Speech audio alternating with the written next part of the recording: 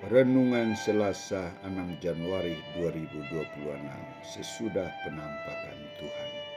Gerakan belas kasih dan pernyataan diri Yesus sebagai Nabi. Bacaan Injil dari Injil Markus bab 6 ayat 34 sampai 44. Saudara-saudari terkasih, ada dua karakteristik manusia, karakteristik yang baik dan yang tidak baik. Ciri karakteristik yang baik ada empati, ada rasa hormat, bertanggung jawab, murah hati, dan tidak mementingkan diri sendiri. Karakteristik ini ditampilkan Yesus dalam misi perutusan dan karya pelayanannya di dunia. Ketika Yesus berjumpa dengan orang banyak, orang yang sakit, ia tergerak hati oleh belas kasihan kepada mereka. Saudara-saudariku terkasih, mengapa Yesus tergerak hati melihat orang banyak itu? Karena mereka seperti domba yang tidak mempunyai gembala. Maka ia hadir untuk menjadi gembala mereka. Ia mengajar mereka banyak hal. Ia mengetahui bahwa orang-orang yang datang mendengarkan dia adalah mereka yang masih berada dalam proses pencarian. Ia mengajar mereka sabda kebenaran. Ia membuka pikiran mereka untuk melihat siapakah dirinya dan apa yang dikerjakan olehnya. Ia menunjukkan dirinya sebagai nabi yang hadir untuk memberikan harapan atas kerinduan dan kehausan rohani mereka. Ia melakukan tindakan kasih yang nyata. Ia juga menuntut para muridnya untuk memberi makan kepada orang banyak itu.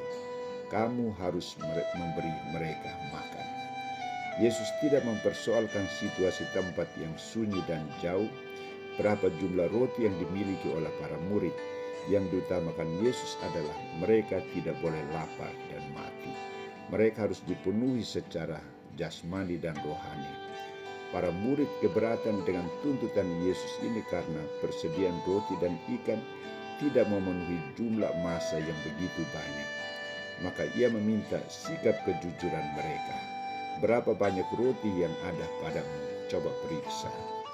Sesudah memeriksanya mereka berkata, 5 roti dan 2 ikan. Ia menyuruh orang-orang itu supaya semua duduk berkelompok-kelompok di atas rumput hijau. Ia mengambil 5 roti dan 2 ikan itu. Ia menengadah ke langit dan mengucap berkat. Lalu memecah-mecahkan roti itu dan memberikannya kepada murid-muridnya supaya dibagi-bagikan kepada orang-orang itu. Begitu juga kedua ikan itu dibagi-bagikannya kepada semua mereka. Mereka semua makan sampai kenyang dan masih tersisa 12 bakul penuh. Tindakan Yesus ini mau menekankan nilai iman.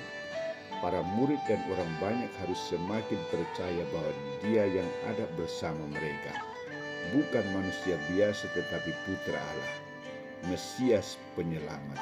Maka segala sesuatu yang dikerjakan Yesus akan berbuah kasih yang menyelamatkan, kasih yang berlipat ganda.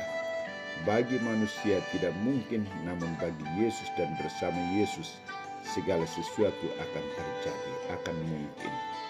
Yesus juga mau mengajarkan nilai pengorbanan, solidaritas, berbagi dan melibatkan Allah dalam setiap aktivitas, khususnya dalam situasi sulit.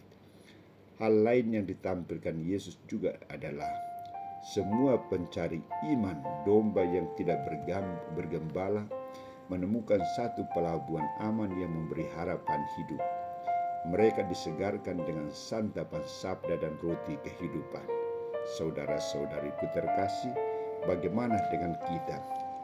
Kita telah memasuki tahun 2026. Di mana-mana masih terdengar jeritan minta tolong.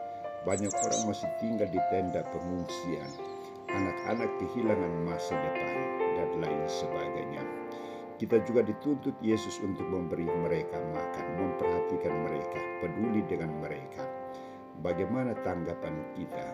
Berapa roti yang mau kita berikan kepada Yesus untuk digandakan dan dibagikan kepada mereka? Yesus menuntut sikap kepekaan, sikap solider dan rela berbagi untuk menjawab kesulitan yang dialami oleh sesama kita. Kita harus memiliki gerakan belas kasihan seperti Yesus. mewartakan kabar baik dan pelayanan kasih. Ia juga mengajak kita untuk menciptakan sebuah pelabuhan yang aman, damai, dan menyejukkan bagi keluarga, komunitas, dan sesama, khususnya mereka yang menderita. Caranya sangat sederhana. Kita mendoakan mereka yang menderita. Kita mendermakan yang kita miliki melalui gereja untuk dibagikan kepada sesama kita. Inilah aksi yang perlu kita wujudkan.